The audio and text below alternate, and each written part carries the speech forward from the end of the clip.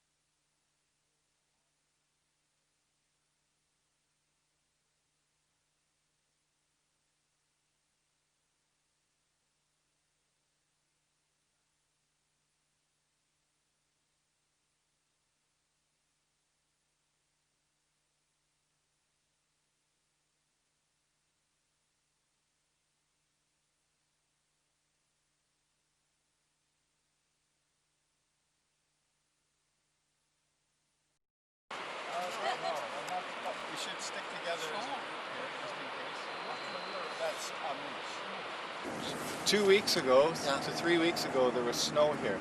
Oh. Yeah. So in the winter, up in this valley, a lot of snow.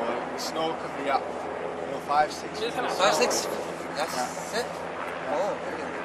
And so then it doesn't melt until April usually. You can see there's still. You guys listen to us. If you just get along the lots, and then we can just. So the next person is there. You want to be next? Me? Yes.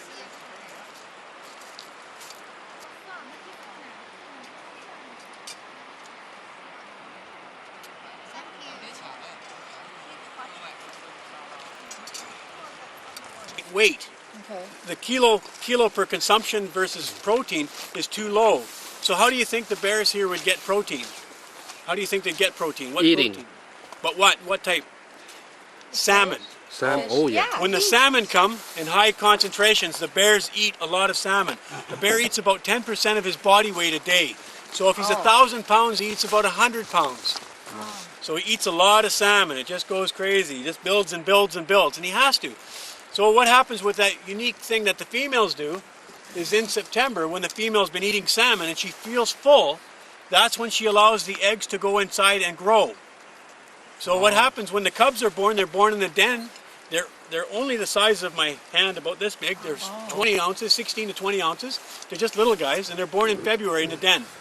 So the unique thing is she can give birth to a couple different DNA'd cubs. Okay. So at the same time, that's why when she goes with a couple different males, and it isn't by selection, it's by random selection. It isn't her choice, it just, those eggs go into place. So what happens if she doesn't get enough protein for the year, she can abort the eggs to have her self-preservation, so that way she can make it through the winter. So they're pretty unique. They're also very fragile.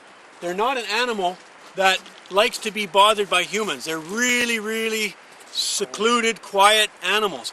They also are carnivores. You have to remember. So if you looked at this, and I told you, because I've told you it's a grizzly skull, would anybody know the difference between a black bear skull and a grizzly skull if I showed you this, Grizzly is bigger. They're actually both identical. Yeah. The only difference is the back molar on a grizzly bear is 1.25 inches, and a black bear, it never grows over 1 inch. And that's the only scientific difference between a black bear and a grizzly bear. Obviously, a grizzly bear skull is a lot bigger, I'm compared to an average black bear. Like I said, an average black bear is about 400 pounds. That would be a big bear, whereas a big grizzly would roughly sometimes get about 1,500 pounds. Wow. So the animal, it's really unique. As you look at his canines, that's the only thing that's really, his molars are the only thing that's kind of rotten. His canines are really good.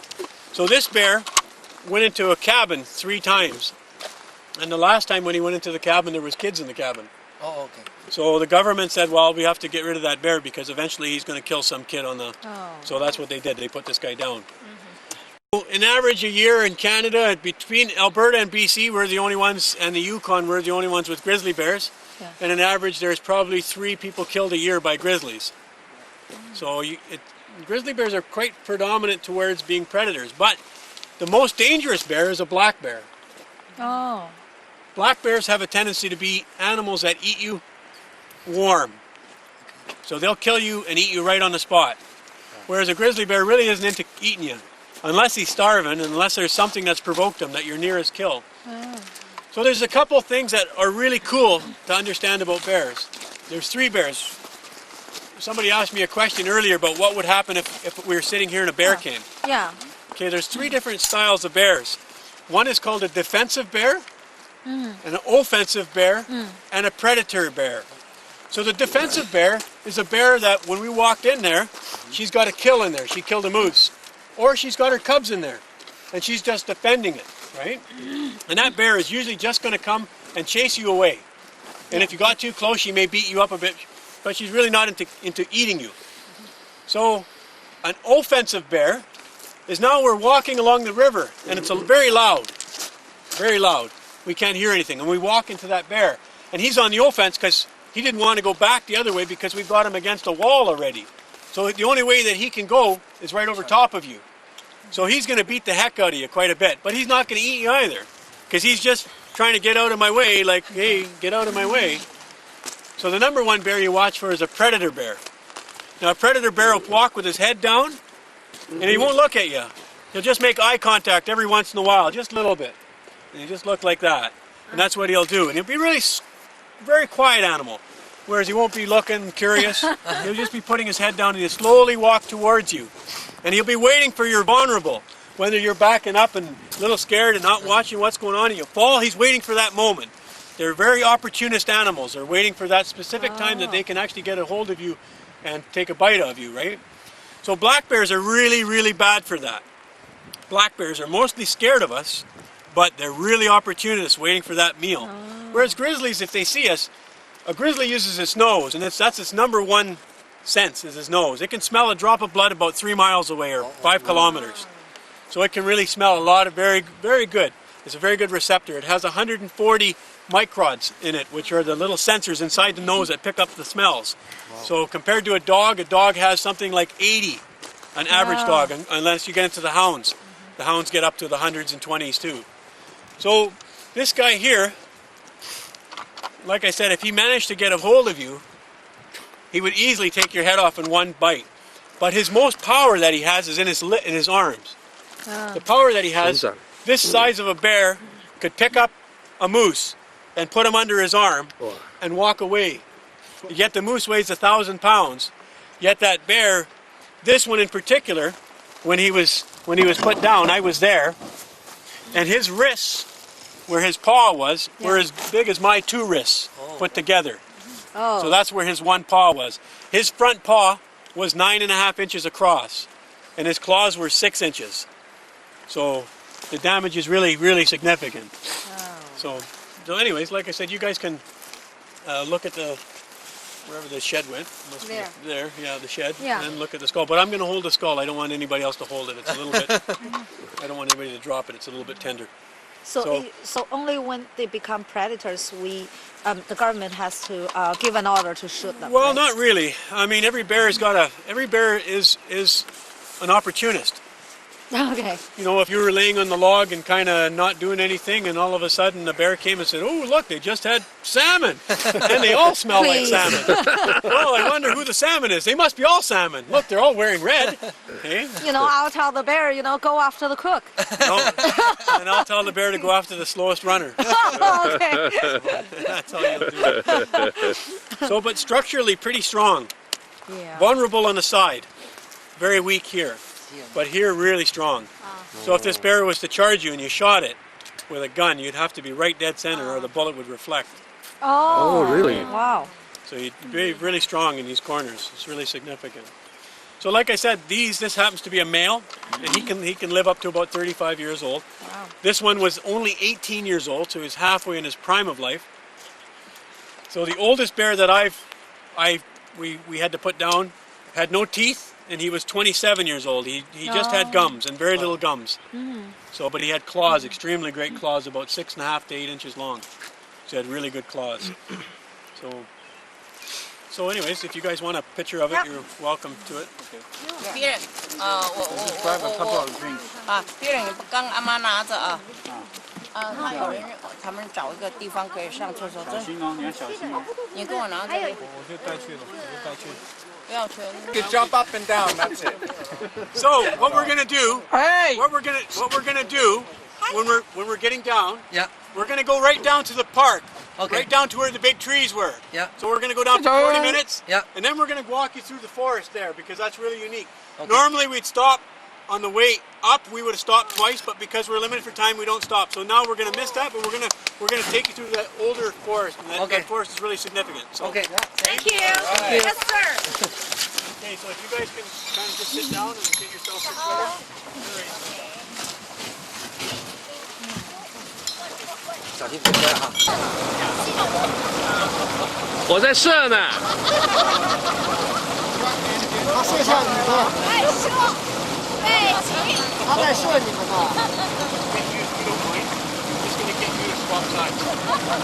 You're acting like a weight.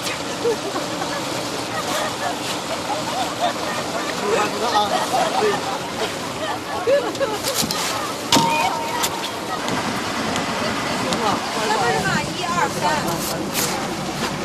明天检查。在吗？ 在。 啊，后头有我来，还能怎么着嘛？ 现在在。 啊，后头有我来，还能怎么着嘛？ 现在在。 啊，后头有我来，还能怎么着嘛？ 现在在。 啊，后头有我来，还能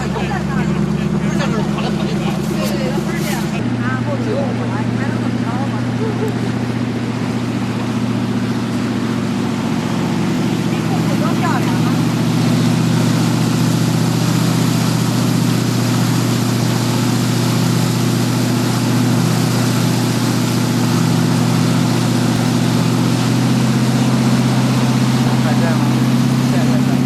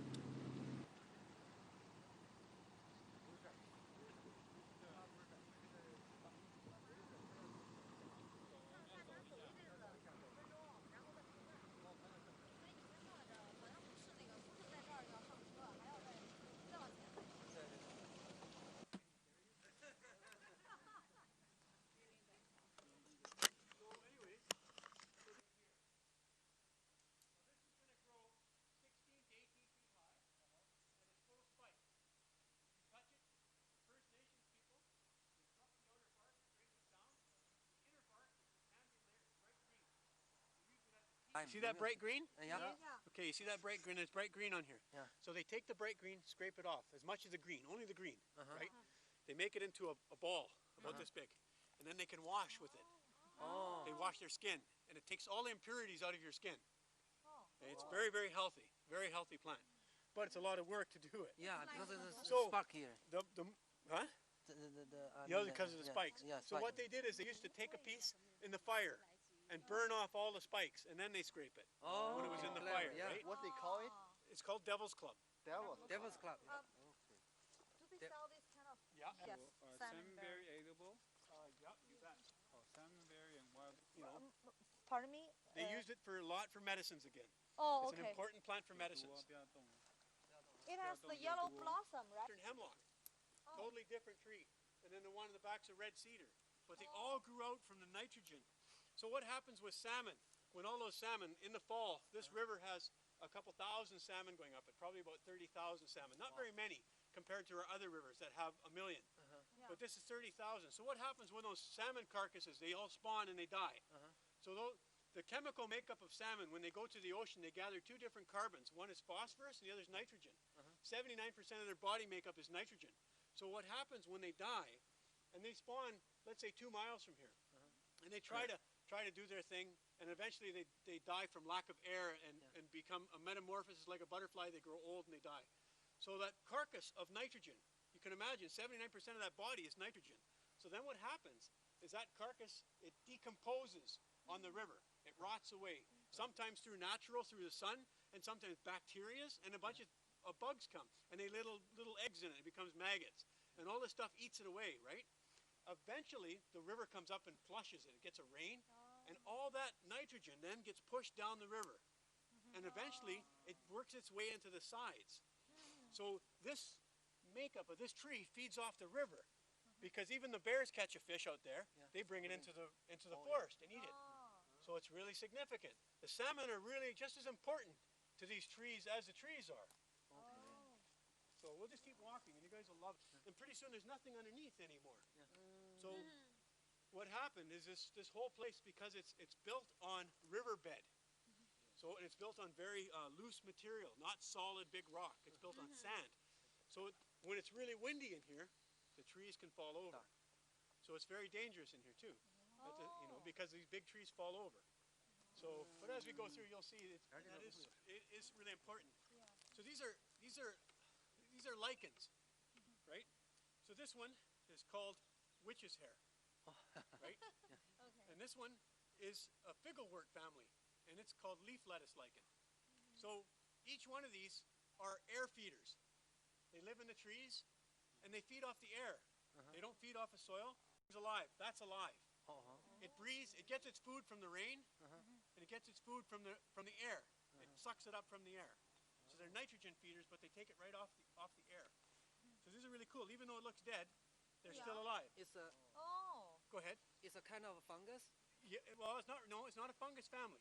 There's a couple different types of fungus, but this isn't a fungus family. Oh, okay. So this is a lichen family.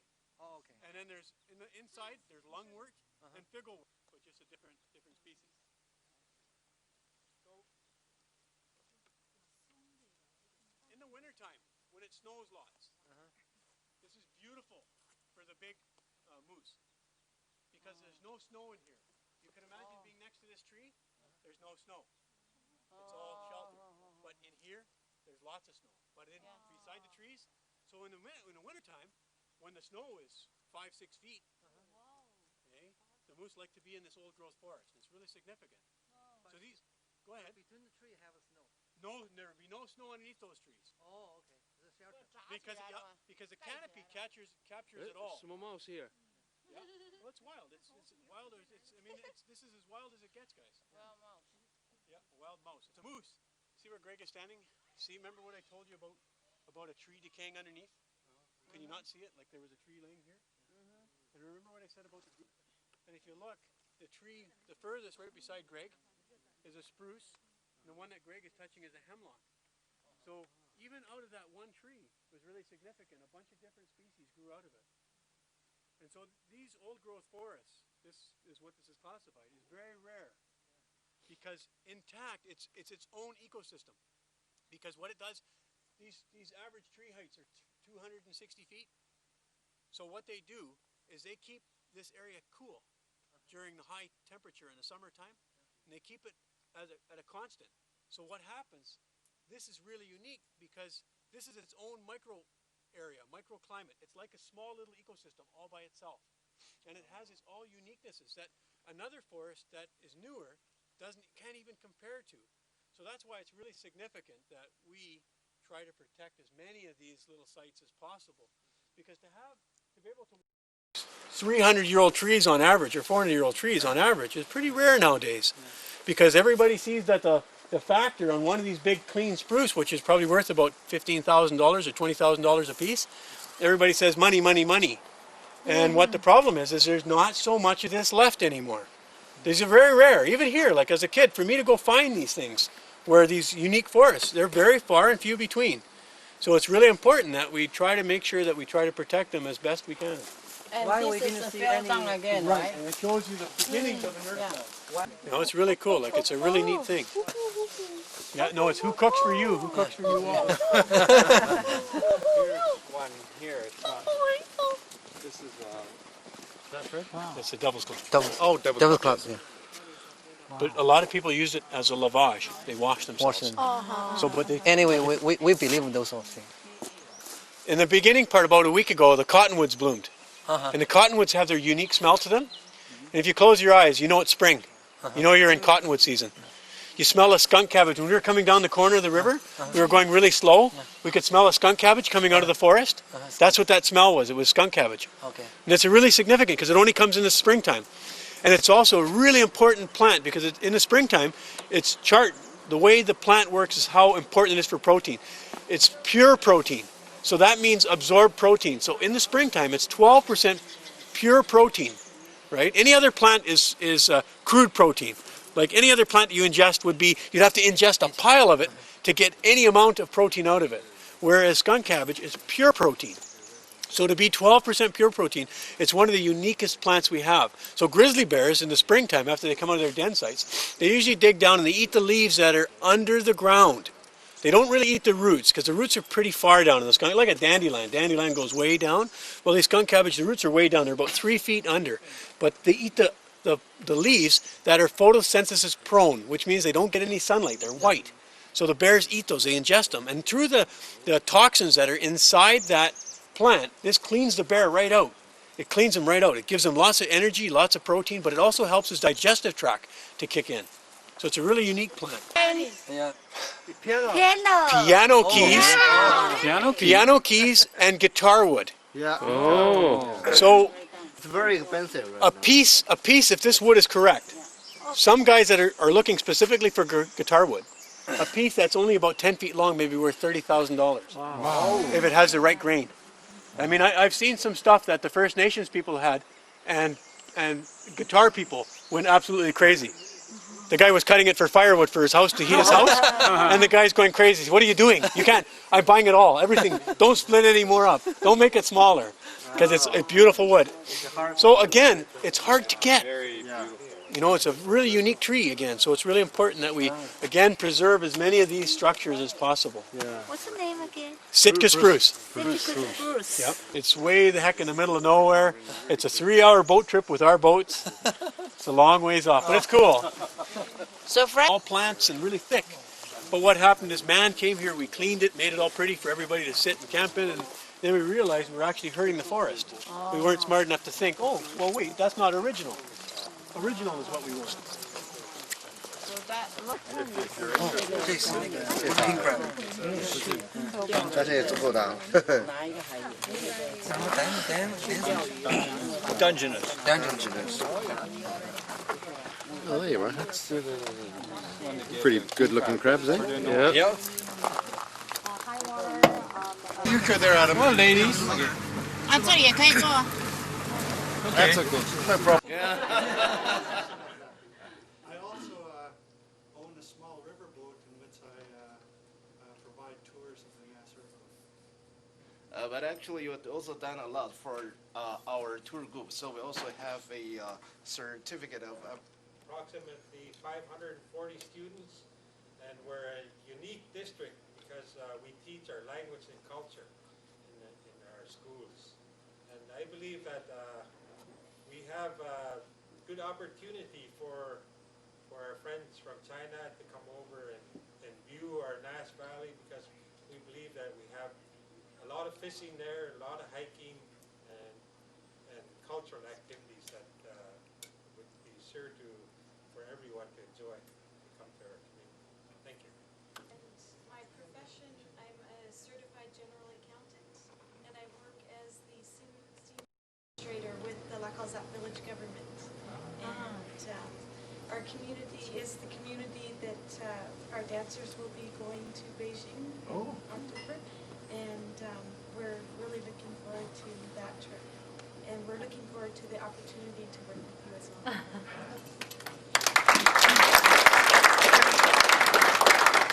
My name is Ron Bartlett, my wife Brigitte.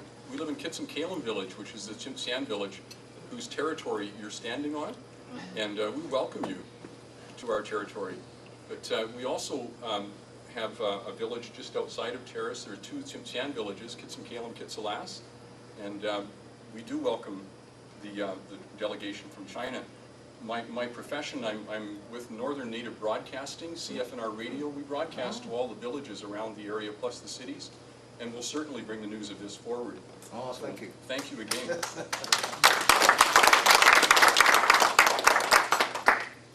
My name's Jean Thompson, and I lead Tours to China for land travel.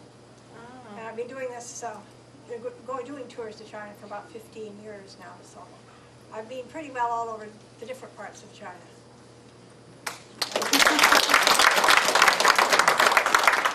Good evening, everybody. I'm Campbell Stewart, good friend of Adam Tang's. I'm a local businessman here. I'm on a couple of economic development groups, and I have worked in that capacity with Adam. And I want to tell you that we have a group of people who are very enthusiastic on those boards, who would be very excited and eager to work with you people to facilitate any developments that you possibly have in mind. So welcome. It's wonderful to see you here, and we'll look forward to working with you in the future. Hi, my name is Bert Husband. I'm the past chair of the Terrace and District Chamber of Commerce. I'm also the vice chair of the Terrace Economic Development Authority, and locally I work for the local paper here in the sales department. I'd like to welcome you all to Terrace on behalf of those groups.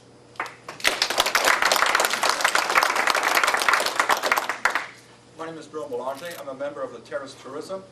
I'm also a retailer in town. I've been in retail for over 26 years. I have just expanded 3 years ago into souvenirs and dealing closely with the First Nations people. I have a 3,000 square foot souvenir store, and I carry First Nations art, carved masks, a lot of local clothing that is all locally made. I also do a lot with the Canadiana souvenirs also. And I also welcome you to Terrace. Good evening, I'm Erica Langer, owner of Royal Page Terrace. We do real estate sales, and welcome to Terrace, and we look forward to working with you. So we're going to buy houses here. Hello, my name is Jeff McKay. I operate a tour company in Terrace. We do jet boat tours as well as helicopter sightseeing tours in the Terrace area. Good evening, my name is Yvonne Danroth. I own the Wild Duck Motel and RV Park, and I've been in Terrace for 30 years, which is shocking to me. It is a beautiful place. I've traveled around the world, and I think Terrace is bar none, just one of those phenomenal places, so I'm sure that you would have enjoyed it, and it sounds like you did. I'm also the president of Terrace Tourism, and we would really like to have great relations with all of you as far as the tourism and increasing that here. Thank you.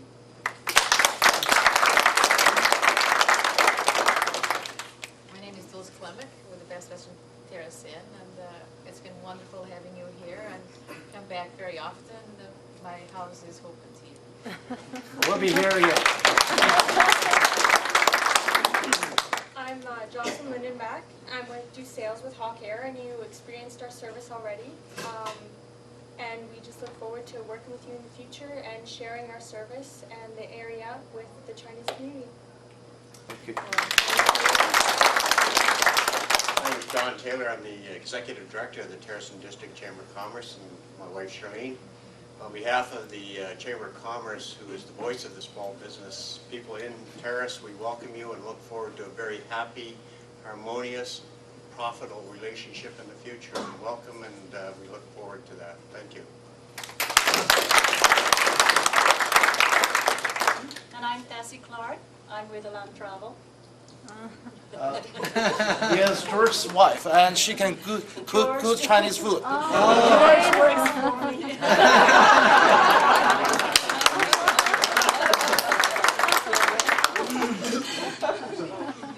Yes. I'm Nora Ryan. I'm with the Cassix Group. And I'm John Ryan, and it was a pleasure to have you out at our place today, and I hope you enjoyed it, and we enjoyed you, so come again. Thank you. Next time we're going to stay in your lodge. Hi, my name's Debbie Russell, and I work for John at Cassix and at Nechako North Coast Construction. This is my husband, Phil.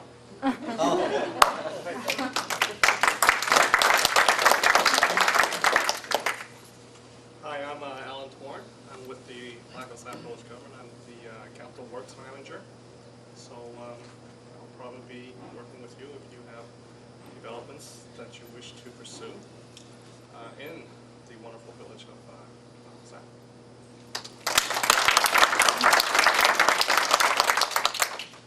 So you guys, it was a really treat having you guys today. It was you guys took with the weather conditions that we had, it was fantastic. You guys are really good. I mean, it was nice to have you guys to be able to see bears and goats and to be controlled, that you guys weren't walking around all over the place. When we took that big grizzly skull out and we showed you those big teeth, you know, we didn't mean to scare you. We just come and see what we've got because it's fantastic. So our company, Silvertip Ecotours, is a licensed tenured operator. We've been doing it since 1997 full-time. And this is our full-time living, so obviously we're product ready. So whatever you guys can bring on to us, we're ready for it already. We don't even have to worry about it. So this is my partner, Greg Knox. And Greg will tell you some more about some of our company. Greg Knox, co-owner, operator of Silvertip Ecotours. You get the top half of the rod, Fred gets the bottom. See which one breaks. So anyways, yeah, just a little bit more about our company. We're the largest ecotour operator in the local area, and lots of grizzly bear tours, fly fishing, helicopter fly fishing, of course jet boat tours, and a variety of other things. And I really enjoyed your guys' company today. It's a lot of fun, and hope to see you again. Thank you.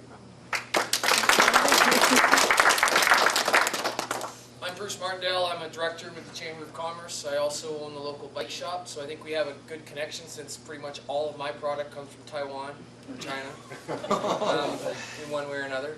But the other side of that is that I'm looking for ways to expand biking in the Northwest, and there are a lot of wonderful things that we could do with that. So come talk to me if you're interested in doing anything with biking. Thank you. My name is Annette Martindale. I'm married to Bruce, and I'm the Vice President of Terrace Little Theatre. So if you're interested in any entertainment while you're here, we can talk dinner theatre or whatever. We're going to go